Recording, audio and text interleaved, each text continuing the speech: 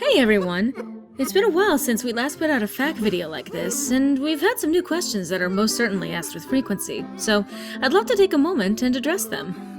Why me and not Alex, the man on the internet himself?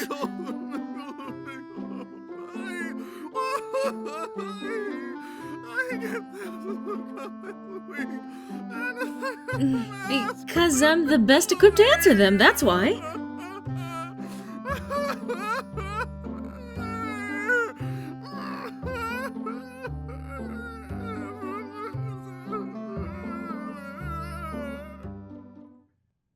No, please do not do this. I know that right now, it looks like we're posting only lyricized versions of the game's soundtrack, but the reason this is called a musical is because there's also a script and planned full performance that will be released when we're finished putting out all of the songs. We are not comfortable with the songs being put into someone else's script because they were adapted specifically for Alex's script.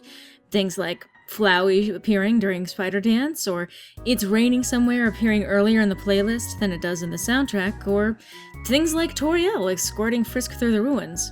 They're part of a bigger story. We certainly appreciate your enthusiasm for our performances and what we do here. It's awesome that you're so creatively inspired by both Undertale and our work.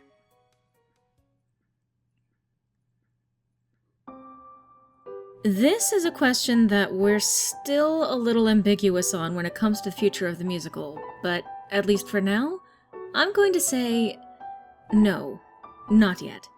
At the very least, we want to get the full performance out before we start letting people perform our musical using our script. We've got a lot of work still left to do in that regard too. A lot of this is also on an individual basis. Your best bet would be to contact Alex directly once the full musical performance has been posted.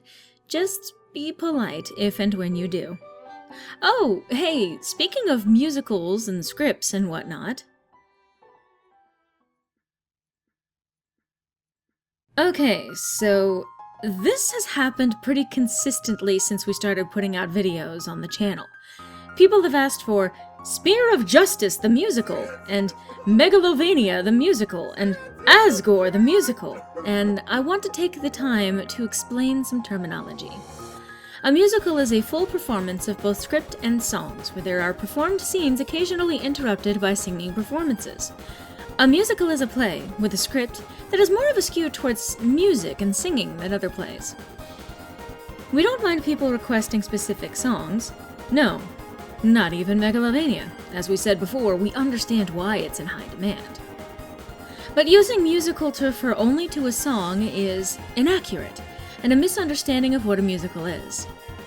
I bring this up because this also leads into the previous questions.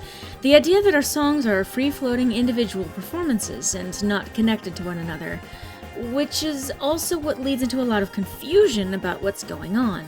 Why is Sans taking Frisk to the restaurant right after the fight with Undyne? Or why is Flowey showing up alongside Muffet? The full show will contextualize these things better, which is why this is Undertale the Musical instead of Undertale songs performed by men on the internet. I think I understand where the confusion on the terminology comes in, though. A lot of YouTubers post musicals that are one song long, like another Undertale the Musical, when it's really just a parody of how musicals work, people randomly breaking into song. But we're not just making individual songs. We're putting together a full play. Oh man, you guys have been so sweet to ask. He's doing fine. He's actually just as spoiled as ever, and back to his mischievous antics and teasing the other cats of the house. He's happy, healthy, and a total snuggle butt.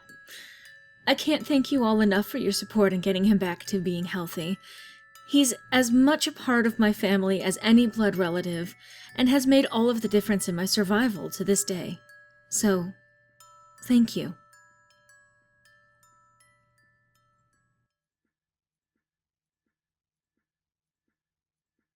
Whew, boy. This is one that has raised some tension in the past. Yes, Alex has borrowed lyrics from other lyricists and songwriters while putting together this musical. He went to every last one of them and asked permission before doing so, and in most cases, ended up adapting them for the musical. In some cases, only a fragment of the original borrowed lyrics are still used. But Alex credits everyone that he's borrowed from.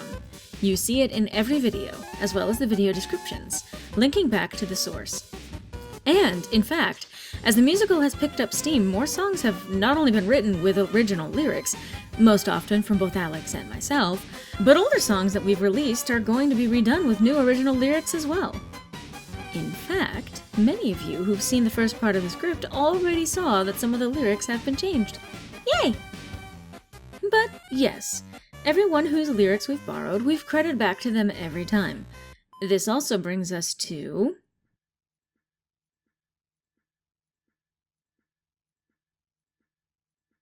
There are a lot of really good lyricizations of the Undertale soundtrack, and everyone has their own twists on the songs that are interesting and well performed. But what Alex looked for when he was assembling his musical were lyrics that fit his overall view of the musical better. Because, remember, this isn't just a collection of individual covers of songs, but a full musical with a script. He ultimately put together what worked best collectively and could be adapted to fit the story he wanted to tell. Many people have expressed that they prefer other versions of these songs, and that's fair. Everyone has their own tastes when it comes to music.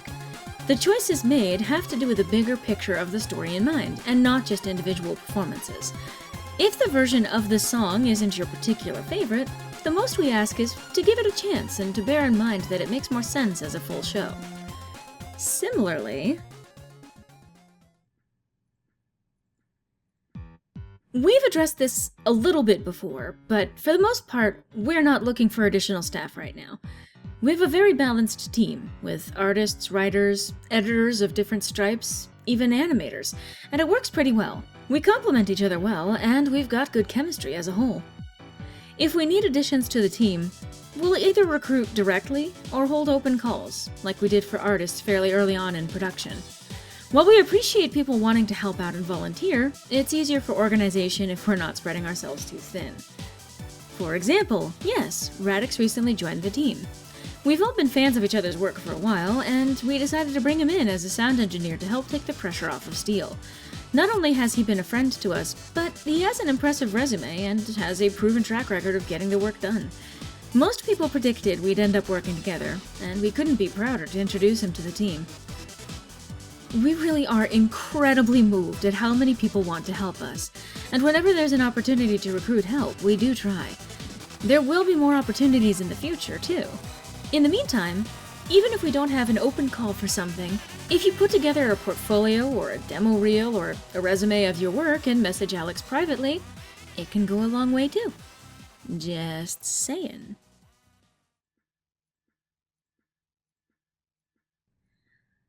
Oh boy. Alex, this is gonna have to be one you answer yourself. Can't you see I'm busy being traumatized by these questions? This is one that is specifically on you, though. Alright. Let me see. Oh, yeah, Alright, sit down, kiddies. Uncle Alex gonna learn you about a musical. In musical theater, there are only a few basic types of song. Character songs, songs that tell stories, and songs with special functions. Each of these have subcategories, such as character songs being divided into I am and I want songs, like Bone Trussell and Papyrus's part of Turn Around and Shake My Hand, where the character defines themselves or what their goals and dreams are, respectively. Reprisals, where we show how a character has changed in a situation, and emotional climax songs, like Reunited or Fallen Down Reprise 2. Spoilers, I guess.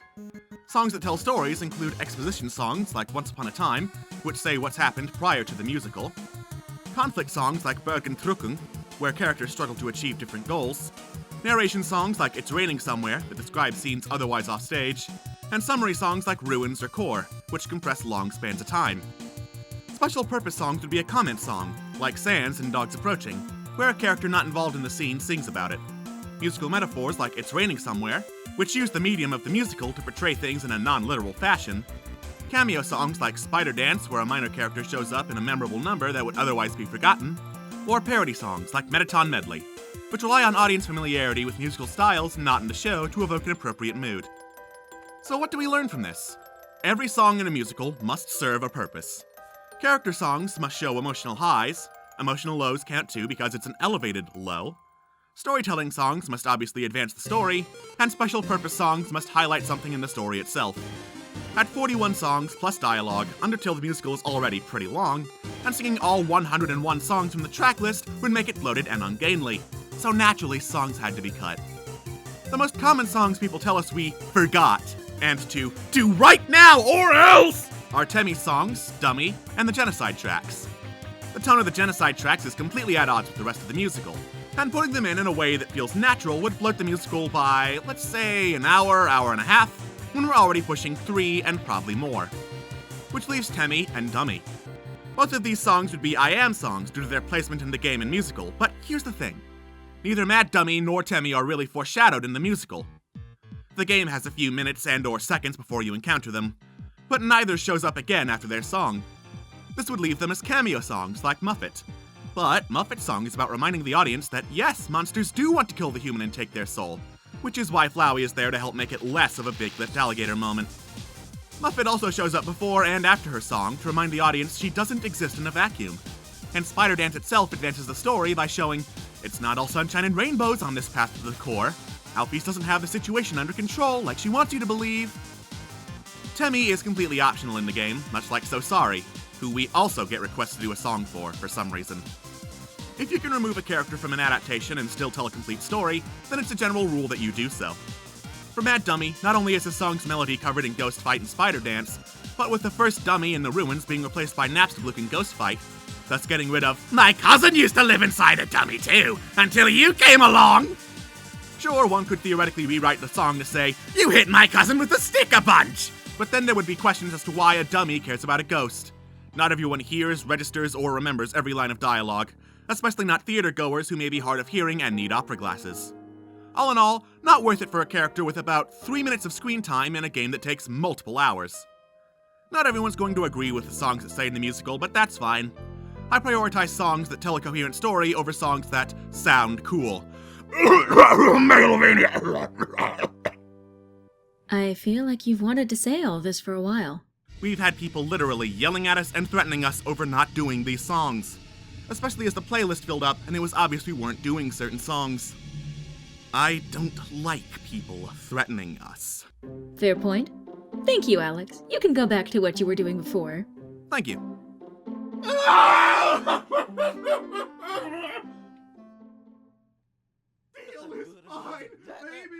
He's okay. He's a little tired and he's a little quirky, but he's okay. I mean, the ending of the Wins Megalovania video was a fluke, I promise.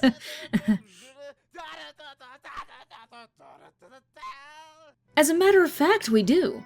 We've had such a wonderful time working together, and it would be a shame to have that end just because we finished this project.